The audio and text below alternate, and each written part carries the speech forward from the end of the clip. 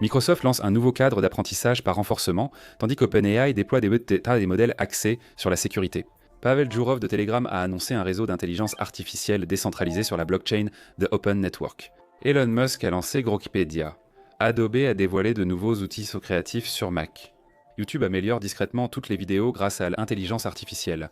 International Business Machine a lancé de puissants petits modèles, Granite pour l'Edge, tandis que NVIDIA a atteint une capitalisation boursière de 5 000 milliards de dollars. Il y a eu énormément de grandes mises à jour cette semaine, alors parlons-en. Très bien, alors Microsoft vient de lancer Agent Lightning, et c'est essentiellement un moyen de permettre au système d'intelligence artificielle intelligent d'apprendre par l'expérience sans tout casser dans le processus. Avant ça, si vous vouliez que votre agent intelligence artificielle s'améliore dans son travail, il fallait reconstruire la moitié du système rien que pour l'entraîner. Maintenant, Agent Lightning observe ce que l'intelligence artificielle fait réellement, quelles questions elle reçoit, comment elle répond, ce qui fonctionne, ce qui échoue, puis il lui apprend à s'améliorer à partir de ses expériences. C'est comme offrir à votre intelligence artificielle une mémoire de ses échecs et succès pour qu'elle s'améliore intelligemment avec le temps. Le plus cool, c'est qu'il fait tout cela sans perturber les outils ou applications que vous utilisez déjà. Il y a un serveur Lightning qui gère l'entraînement en arrière-plan et un client Lightning qui reste proche de l'endroit où votre intelligence artificielle fonctionne. Il collecte des informations sur la façon dont il fonctionne dans le monde réel. À chaque réponse, utilisation d'un outil ou retour, votre agent envoie ses données au serveur pour l'améliorer un peu plus la prochaine fois. Vous pouvez utiliser votre navigateur, votre chatbot ou votre flux de travail. Comme d'habitude, l'agent Lightning reste tranquillement en arrière-plan en train d'apprendre. Microsoft l'a testé dans 3 domaines assez différents. Ils ont d'abord créé une intelligence artificielle qui convertit les questions en requêtes SQL à partir de textes en utilisant le jeu de données Speeder qui comprend plus de 10 000 questions. Ils l'ont ensuite testé avec un système recherchant et résumant des réponses précises parmi 21 millions de documents de type Wikipédia. Enfin, ils lui ont donné des exercices de maths et l'ont relié à une calculatrice pour qu'il résolve étape par étape. Dans chaque cas, l'intelligence artificielle s'est nettement améliorée à mesure qu'elle s'entraînait. Il y a même un système de retour intelligent intégré appelé récompense intermédiaire automatique. C'est comme fournir à l'intelligence artificielle des indices pendant le processus, au lieu de seulement lui dire à la fin si elle a réussi ou échoué. L'entraînement est ainsi plus fluide et rapide. C'est open source, les développeurs peuvent donc l'intégrer à leur projet et améliorer rapidement leurs agents d'intelligence artificielle. Microsoft facilite désormais l'apprentissage et l'autonomie de n'importe quelle intelligence artificielle pour qu'elle travaille mieux et plus vite. Alors que Microsoft mise sur l'apprentissage par renforcement, OpenAI a pris une toute autre direction cette semaine. Sécurité en ligne, ils ont publié 2 modèles. GPTOS Safeguard 120dB et GPTOSS Safeguard 20dB, conçus spécifiquement pour détecter les contenus nuisibles ou faux en ligne. Il ne s'agit pas de modèles open source classiques, mais de modèles à poids ouvert. Les développeurs peuvent en voir les paramètres et examiner comment le système prend des décisions, mais ils ne peuvent pas modifier le code sous-jacent. Ainsi, les chercheurs gagnent en transparence sans compromettre la sécurité. Les modèles précisent pourquoi un élément est signalé, en exposant le raisonnement plutôt que de le qualifier de dangereux. Ils ont été conçus avec Roost, l'initiative robuste d'outils de sécurité en ligne ouverts, et testés avec des partenaires comme Discord et SafetyKit. Les 2 modèles sont maintenant sur Hugging Face pour la recherche, et OpenAI invite la communauté de la sécurité à les tester en profondeur. C'est un pas vers une responsabilité mesurable et une modération de l'intelligence artificielle demandée depuis longtemps par les gouvernements, mais rarement mise en œuvre. Pendant ce temps, à Dubaï, Pavel Durov, le fondateur de Telegram, a dévoilé l'un des projets les plus audacieux mêlant blockchain et intelligence artificielle que nous ayons vu jusqu'à présent. Cela s'appelle Cocoon, abréviation de Confidential Compute Open Network, et cela fonctionne entièrement sur la blockchain dit Open Network. L'objectif était de créer un réseau d'intelligence artificielle décentralisé protégeant la confidentialité des données et reliant les détenteurs de GPU aux développeurs ayant besoin de puissance de calcul. Les propriétaires de GPU, reliant leurs machines au réseau, traitent des tâches d'intelligence artificielle et sont payés.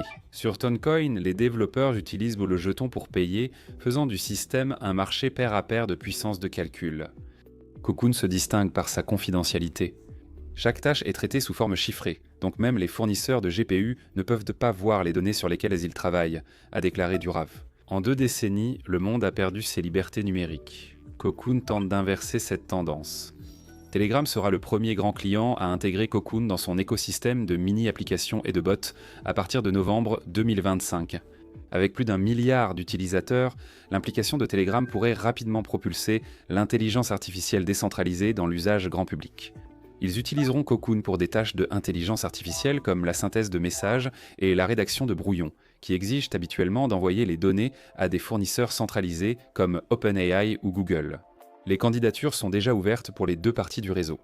Les fournisseurs de GPU donnent spécifications, modèles, mémoire, disponibilité, tandis que les développeurs précisent les modèles à exécuter, comme DeepSeek ou Queen, et la puissance requise. Peu après l'annonce, Alphaton Capital, une société cotée au National Association of Securities Dealers Automated Quotations, a promis d'investir massivement dans l'infrastructure GPU pour alimenter Cocoon, en déployant des GPU haute performance dans le monde entier. La présidente directrice générale Brittany Kaiser a parlé d'un moment clé. En combinant blockchain, protection des données et intelligence artificielle, le président Enzo Villani affirme que Cocoon comble le principal manque de l'intelligence artificielle, la confidentialité et la sécurité à grande échelle.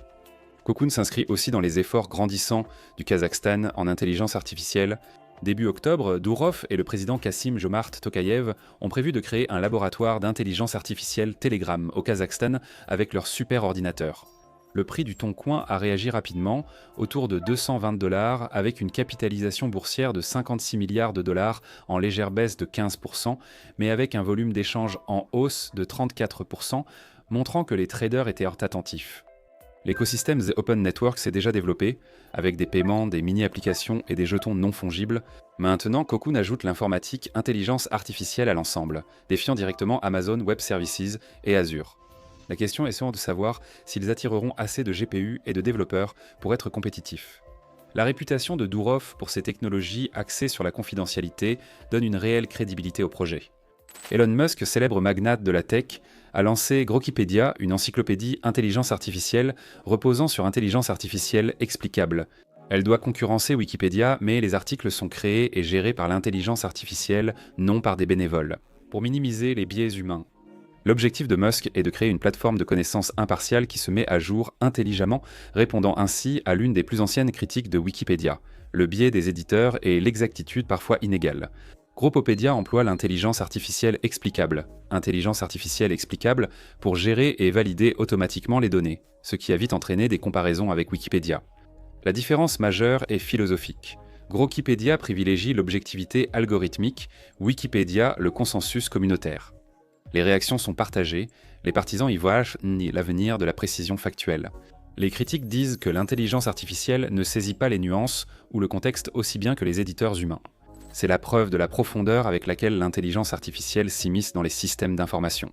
Les investisseurs et analystes technologiques suivent Grokipédia car si cela marche, cela pourrait transformer l'organisation et la vérification de l'information en ligne. Même si ce n'est pas le cas, cela s'illustre comment Musk teste les limites de ce que l'intelligence artificielle peut remplacer dans l'écosystème des connaissances humaines. Et puis il y a Adobe, qui a littéralement époustouflé tout le monde lors de l'événement Adobe Max 2025 à Los Angeles pendant sa soirée Sneak. Imaginez la nuit des Oscars pour la recherche chez Adobe. Ils ont présenté plus de 10 outils expérimentaux, tous semblant magiques. Le premier grand projet, Project Motion Map, ajoute des animations à des créations statiques d'Illustrator en utilisant des instructions textuelles.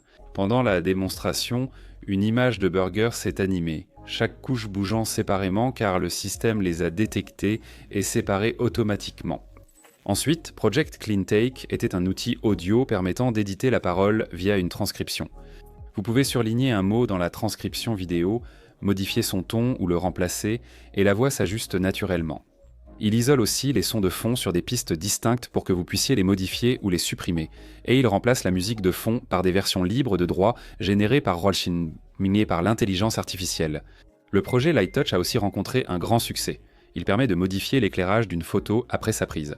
Lors de la démonstration, allumer ou éteindre des lampes virtuelles changeait totalement les ombres en quelques secondes.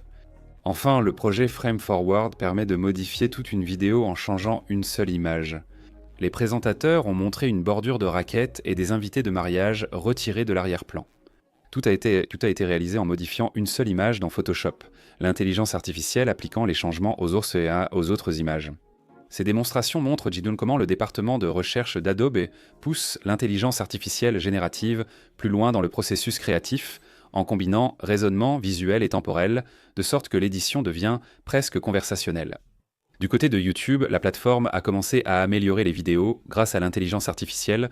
Les vidéos en dessous de 1080p seront automatiquement converties en haute définition puis bientôt en 4K uniquement sur téléviseur pour l'instant.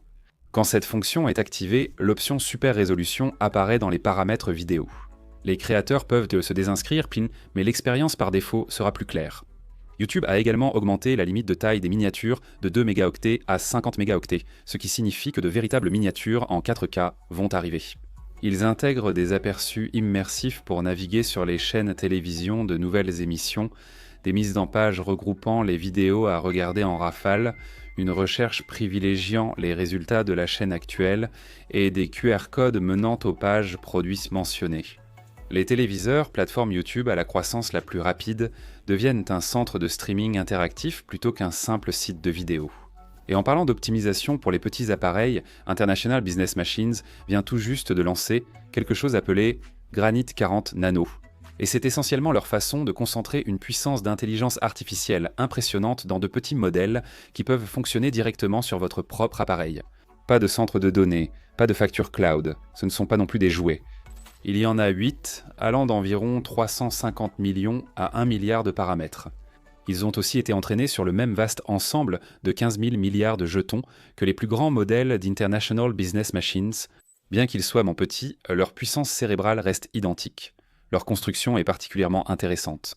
Les versions hybrides combinent deux conceptions d'intelligence artificielle, ce qui réduit la mémoire utilisée sans perdre l'intelligence d'un modèle transformer complet. Vous pouvez donc les utiliser sur des ordinateurs portables, téléphones ou navigateurs grâce à des outils comme VL, LM, LAMAC PP ou MLX. International Business Machines s'est aussi assuré que tout soit ouvert et transparent. Elles sont open source, certifiées Organisation internationale de normalisation 4201 et signées cryptographiquement, garantissant l'authenticité du téléchargement. Quand International Business Machines a opposé ces petits gars à des concurrents comme Qngema et Liquid Intelligence Artificial LFM, ils sont en fait sortis vainqueurs. Pas seulement sur le raisonnement général, mais aussi sur les maths, la programmation et l'usage d'outils, tâches difficiles pour la plupart des petits modèles. Donc oui, Granite Nano est peut-être minuscule, mais il frappe bien au-dessus de sa catégorie. NVIDIA vient d'entrer dans l'histoire en dépassant 5 000 milliards de dollars de capitalisation boursière, une première.